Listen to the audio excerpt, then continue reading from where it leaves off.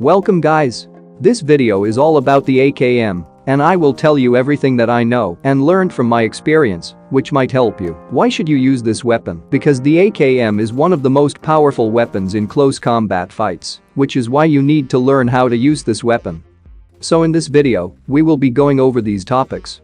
The stats of the weapon and recoil pattern of AKM to see how bad the recoil will be when we compare it against its competitors, and how should you use this weapon properly at its best performance, and also when should you use this weapon, and lastly few tips about the AKM. So why the AKM is still one of the powerful weapons in PUBG Mobile, even though there are few weapons like Uzi, Vector, M762 etc. that can outperform AKM easily. The main reason is AKM's damage. Everyone knows it has the highest damage in any assault rifles, which is approximately 48. It can achieve that high damages because it uses 7.62 ammunition, which is basically sniper ammunition. So when you hit a headshot, you will deal 2.3 times more damage than usual. So now you can easily one-shot kill enemy when the opponent isn't wearing any helmets. If you are using AKM, always go for the head, because AKM deals really high damage to the head. It just takes 2 shots to the head, including a level 3 helmet, just 2 shots, your enemy will be dead. Anyway, moving on to the damage per second, the maximum DPS you can achieve with AKM is 470, which is kinda good, because most of the other weapons will have slightly lower DPS. And the next thing is bullet velocity. If you ever notice that when using AKM to shoot at a moving vehicle, most of your bullets won't hit the vehicle due to slightly lower bullet velocity. AKM's bullets will travel 200 meters per second slower than 5.56 assault rifles like M4 and SCAR-L. This won't be an issue if your target is under 100 meters, but if it further away, it will be really difficult to shoot at a moving target due to the slow bullet speed and extremely high recoil. Talking about the recoil, let's take a look at spray patterns of AKM. For this test, I will be shooting at a wall for 5 times to get the 5 samples of spray pattern, which is not 100% accurate, but we can work with that. Anyway, this first test is done without using any attachments in AKM other than the red dot, which doesn't affect the recoil. So this is the recoil pattern for AKM without any attachments. By the way, few months ago I saw a lot of comments asking, using a suppressor on AKM will increase the recoil? I did another same test with a suppressor equipped. It doesn't do anything with recoil stays the same. But you might be thinking, why the suppressor one has a bit more horizontal recoil? The horizontal recoil is totally random. Sometimes you get lucky by having less horizontal spread, and sometimes you get unlucky. So it's totally random.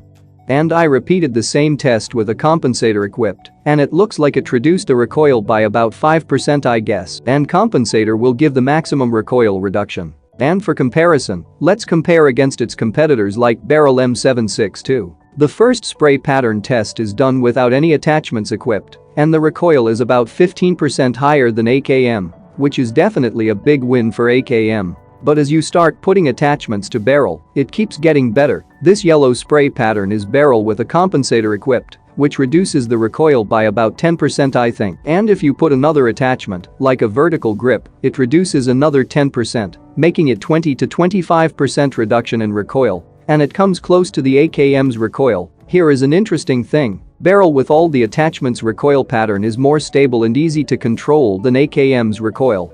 I recently put a poll asking which gun do you use, AKM or Barrel. Most of you picked Barrel due to this reason. Barrel is more stable and a little bit easier to use, only when using all the right attachments. But in case of no attachments, AKM always wins. Just for fun, I also added Groza's recoil to compare. Surprisingly, the Groza beats both Barrel and AKM by a really big difference. And the crazy thing is that Groza doesn't require any attachments for recoil reduction. So if you ever find a Groza and you're using AKM or Barrel, just pick up the Groza. And the hip fire of AKM, I can't say it's good or bad, it's kinda in between both of them. As for my experience with AKM, its hip fire can be good sometimes, and sometimes it can be really bad or worse in some cases. So it's not bad nor good, it just falls under the normal category, but it totally depends on how you use this weapon.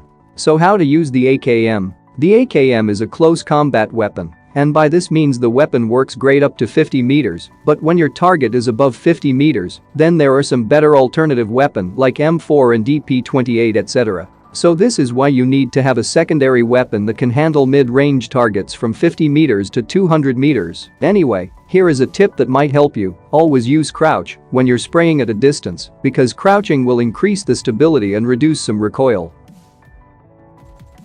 And practice spraying at 50 meters target continuously until you get better and better. And most importantly, when your opponent is over 50 meters, don't spray the full round because it's really hard to control, so that's why you need to learn how to burst fire, shoot up to 3 to 5 bullets, and wait 1 second or 1 second gap, and shoot again for up to 3 to 5 bullets. In this way, it's easier. But if you shoot the full magazine anyway, then after the first 5 bullets the AKM's recoil will start to go crazy and you won't be able to hit your target. And AKM is the best weapon in early games, especially when you just landed and you found AKM. You must be lucky because it does incredible damage to non-armored targets. Anyway, that's all I got for this video. I hope you learned something new. If you did, hit the like button and subscribe for more upcoming content like these. See you guys in the next video.